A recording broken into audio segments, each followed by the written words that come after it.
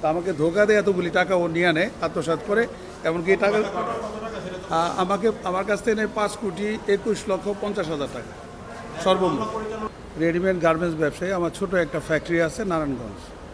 তো আমি ফুলবাড়ি এলাকার একটা মামলা পরিচালনার দায়িত্ব পাই। আমি ফুলবাড়ি এলাকার সিটি প্লাজা মার্কেটের বেসমেন্টের সভাপতি হিসাবে আছি। তো ব্যবসায়ীরা আমাকে মামলা পরিচালনা করার দায়িত্ব দেয়। ওই সময় আমি হাইকোর্টে আসি একজন লয়ার খোঁজার জন্য। তো আমি একজন লয়ার পাই। লয়ারের নাম ছবি হলো এটা, অ্যাডভোকেট আবুল হাশেম নামে। উনি সুপ্রিম কোর্টের একজন লয়ার পরিচয় দেয়। ওনার এই সুপ্রিম কোর্টের লয়ার হিসাবে উনি আমার এই মার্কেটের মামলা পরিচালনা করার জন্য আমার সাথে একটা লিখিত চুক্তি করে যে আমার মামলাগুলি উনি সুন্দরভাবে পরিচালনা করবে। যে লিখিত চুক্তিটা আমার সাথে উনি করে, সেই চুক্তিটা হলো এটা। ওনার পেডের মধ্যে আমার এই মামলা পরিচালনার জন্য একটা চুক্তি করে। তো এখানে জয়নুল আবেদিন স্যারের একজন ক্লার্ক থাকে হুমায়ুন নামে সাক্ষী হিসাবে, আর আবুল হাশেম হইল এটা লয়ার হিসাবে থাকে। তো এই পেডটাই 2 নাম্বার। এই পেডটা 2 নাম্বারের জন্য বললাম, ও সুপ্রিম কোর্টের কোনো লয়ার না। ওর ভিজিটিং কার্ড আছে, ওর অফিস আছে, ওর পেড আছে, ওর সব কিছু আছে। তো এই চুক্তি করার পরে আমার কাছ থেকে সর্বপ্রথম ও বলে যে আপনি তো মামলার পিটিশনার না, আপনি মার্কেটের সভাপতি।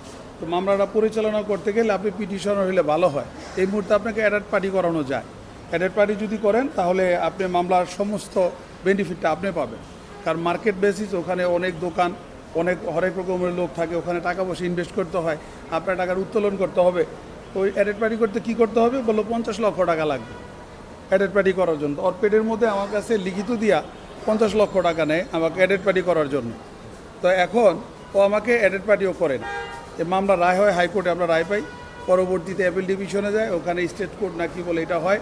পরবর্তীতে এই মামলার রায় ফুল বেঞ্চে যায়, ওখানে আপিল করে, আপিল ডিভিশন থেকে আমরা এই রায় পাই। তো এখন ও আমার এই রায়গুলি কইরা দিবে বইলা জজদেরকে বা কোর্ট ম্যানেজ করবে, এই সমস্ত কথা বইলা আমার কাছে অনেকগুলি টাকা নেই, যেগুলি কোর্ট ম্যানেজ করতেই হবে। ও আমাকে বুঝেই পাবে যে বেসমেন্ট হইল সুপ্রিম কোর্টের একটা ল, কার পার্কিং থাকবে, ওখানে আপনাদের দোকান নির্মাণ হবে, এটা অনেক বড় একটা ব্যাপার। এটা সমাধান করতে গেলে আপনার অনেকগুলি টাকা লাগবে, জজ ম্যানেজ করতে হবে, কোর্ট ম্যানেজ, আদার্স লাগবে। এভাবে নিতে কোনো একটা রায়ের জন্য 1,62,00,000 টাকা নেয়, সেটা ডকুমেন্টসও আমাকে দেয়, ওর সিল সাপোর্ট সহকারে আমাকে বিল করে দেয়। তারপর আবার মামলা পরিচালনা 30 লক্ষ টাকা নেয়। এইভাবে পার্ট টু পার্ট আমার কাছে যে টাকাগুলি নিয়েছে প্রত্যেকটার ডকুমেন্টস আমার কাছে দেয়। কিন্তু ও একটা পর্যায়ে প্রমাণিত হয় যে ও সুপ্রিম কোর্টের কোনো লয়ার না। যে সময় মামলাগুলি পরিচালনা করতে করতে আমাকে অ্যাডাড পার্টি করে দেয় না। আমি ভালোভাবে খোঁজ নিয়ে দেখলাম, পরে একজন বললো বারে দিয়ে কমপ্লেন দেন। কমপ্লেন দিছি, এই কমপ্লেনটা আমার কাছে আছে পেপারস, এই কমপ্লেন আমি দিছি। জি বার কাউন্সিলে কমপ্লেন করছি ওর ব্যাপারে।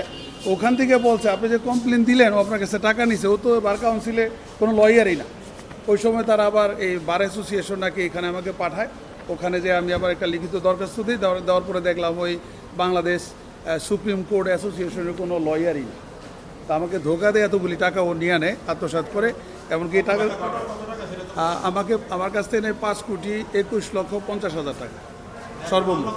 ওখানে আপনার দোকান হলো 531টা, এক একটা দোকানের ভ্যালু আছে ন্যূনতম 50 লাখ টাকা করে, প্রায় ওখানে 250 কোটি টাকার একটা হিসাব, 300 কোটি টাকার হিসাব। ওখানে আমাকে বোঝায় 300 কোটি টাকা একটা মামলা রায় করতে গেলে 5-10 কোটি টাকা খরচ হবে।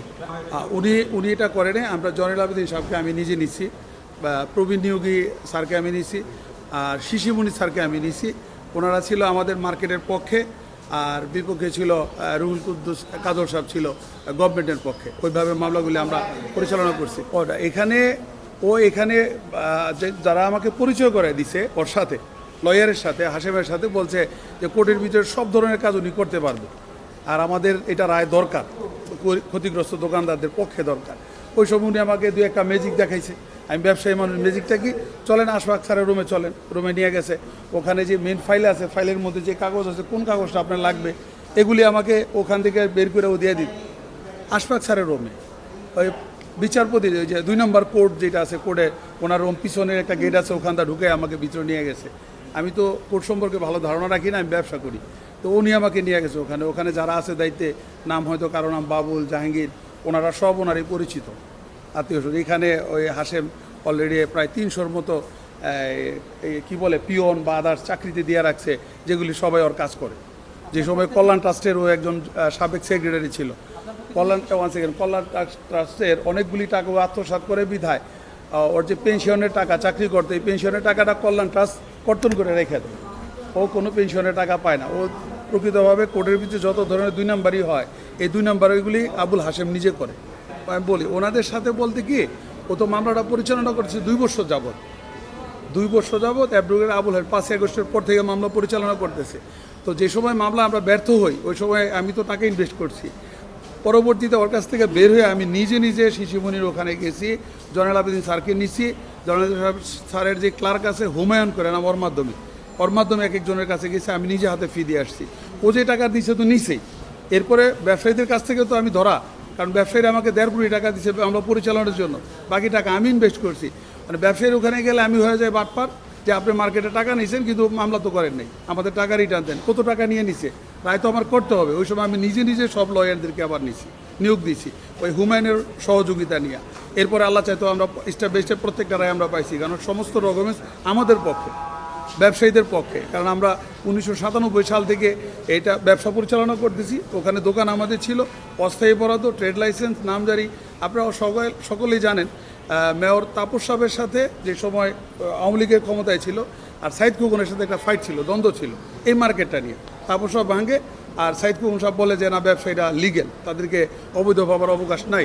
না, বিচারপতির রুমে যে সময় আমাদের রায় দরকার, আমরা রায়ের জন্য দৌড়াদৌড়ি করতেছি। আমরা তো কোর্টের সঠিক আইনগুলি ব্যবসায়ীরা সঠিকভাবে বুঝে না, লয়েরা যেভাবে বুঝে ওইভাবে। তো হাশেমের বক্তব্য ছিল এরকম যে আপনাদের বেসমেন্টে কার পার্কিং থাকবে, সেখানে দোকান হবে, এটা স্বাভাবিক ব্যাপার না। এইটা অর্ডারটা নিতে হলে কোর্ট ম্যানেজ করতে হবে। ম্যানেজ করতে গেলে কি করতে হবে, অমুক জায়গায় 1 কোটি টাকা দিতে হবে, ওই স্যারের 50 লাখ দিতে হবে, এইভাবে। তো এদের নাম দিয়ে আমাদের কাছ থেকে টাকাগুলি নিছে না। কোনো বিচারপতির সাথে আমার দেখাও হয় নাই, কথা হয় নাই, টাকা বিনিময় হয় না, কিচ্ছু না। তারা তো টাকা পয়সা নেয় নাই, তারা তো 2 নাম্বারই করে নাই, তারা তো ঘুষ খায় নাই। ঘুষটা তো বা 2 নাম্বারিটা করছে অ্যাডভোকেট আবুল হাশেম, ওনাদের নাম বিক্রি করছে আবুল হাশেম। কিন্তু বিচারপতিরা তো 10 টাকা আমাদের কাছে চায় নাই। এটা আবুল হাশেম আমাকে নিয়ে গেছে যে সময় আশফাক স্যারে নাই, রোমেনিয়া বসাইছে, চা খাওয়াইছে, সবই করছে, যে এই রুম আমাদেরই। ও আমার কাছ থেকে টাকা নেওয়ার জন্য ওর যে কৌশলগুলি সেটা অবলম্বন করছে, আমাকে দেখাইছে যে এই রুমগুলি সব আমার। এই কল্যাণ ট্রাস্ট এই ভবনও নিজে করছে, এই কল্যাণ ট্রাস্টের এই ভবনটাও নিজে করছে, এইভাবেই বলে। প্রমাণ পাইছি তো ও আইনজীবী না, এই রসিদটা আমি দেখাইলাম। ও যে এখানকার আইনজীবী না, ও ঢাকা জজ কোর্টের আইনজীবী। সেখানেও আপনারা অনলাইনে সার্চ দিলে পাবেন, ও সনদ 2 নাম্বারি করে পরীক্ষা দেওয়া আইনজীবী হয় নাই।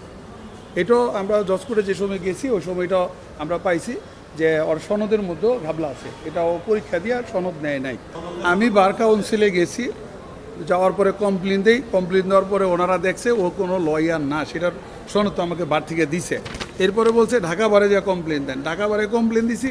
দেওয়ার পরে আমি ওখান থেকে একটা রায় পাইছি, ঢাকা বার থেকে রায় পাইছি যে আমার টাকাগুলিও আত্মসাৎ করছে। সেই ঢাকা বারে রায় হলো এটা, হ্যাঁ, ঢাকা বার থেকে যে রায় দিছে, এটার রিপোর্টটা আপনারা পড়লেই পাবেন যে আইন সচিবের কাছে পাঠানো হয়েছে আইনগত ব্যবস্থা নেওয়ার জন্য, এবং ঢাকা বারেও বাংলাদেশ বার কাউন্সিলেও পাঠাইছে। তা আমি বার কাউন্সিলে যে আবার এটা রিপোর্ট জমা দিছি, ওখান থেকে আবার অ্যাটর্নি জেনারেল সাহেবের কাছে আমার একটু পাঠাইছে, অ্যাটর্নি জেনারেল সাহেব আপনাদের কাছে পাঠাইছে যে আপনি বিষয়টা জনগণের সামনে তুলে ধরেন, যে এখানে কোর্টের ভিতরে 2 নাম্বারই হইতেছে, লয়ার পরিচয় দিয়া এখান থেকে কোটি কোটি টাকা আত্মসাৎ করে, বিষয়টা জনগণ জানো, কেউ যেন ধোকার মধ্যে আর না পড়ে, এই জন্য কথাগুলি বলা। আমি KM সোহেল, বললাম ফুলবাড়ি এলাকার বেসমেন্টের 5 আগস্টের পরে আমাকে ব্যবসায়ীরা সভাপতি দেয়, আমি ওখানে সভাপতি হিসেবে আছি, আর একজন আমি সাধারণ ব্যবসায়ী। জি, আমার একটা কোম্পানি আছে, কোম্পানির নাম হলো আদি বাংলা। আমি আর ছোট একটা গার্মেন্টস আছে, আমি গার্মেন্টস ব্যবসা করি নারায়ণগঞ্জে। আর আমি ওর নামে মামলা করছি, একজন লয়ারের পরামর্শে মামলা করছি। মামলার করার পরে ওখান থেকে তদন্ত গেছে PBI-তে। তো PBI-তে যে তদন্ত গেছে, ও আমার আগে PBI-তে যে বসে থাকে ওখানে ম্যানেজ করার জন্য, যেন তদন্ত সুন্দর না হয়। আমি বার কাউন্সিলে গেছি, ওখানেও যে দেখি ও আগে যে বসে রয়েছে, জজ সাহেবের বলে কারো মাধ্যমে প্রস্তাব দিয়ে রাখছে 5টা দোকান দিব বা 10টা দোকান দিব, কিছু টাকা পয়সা দিব, এরকম সব জায়গায় ওর এই সিস্টেমটাই চলে।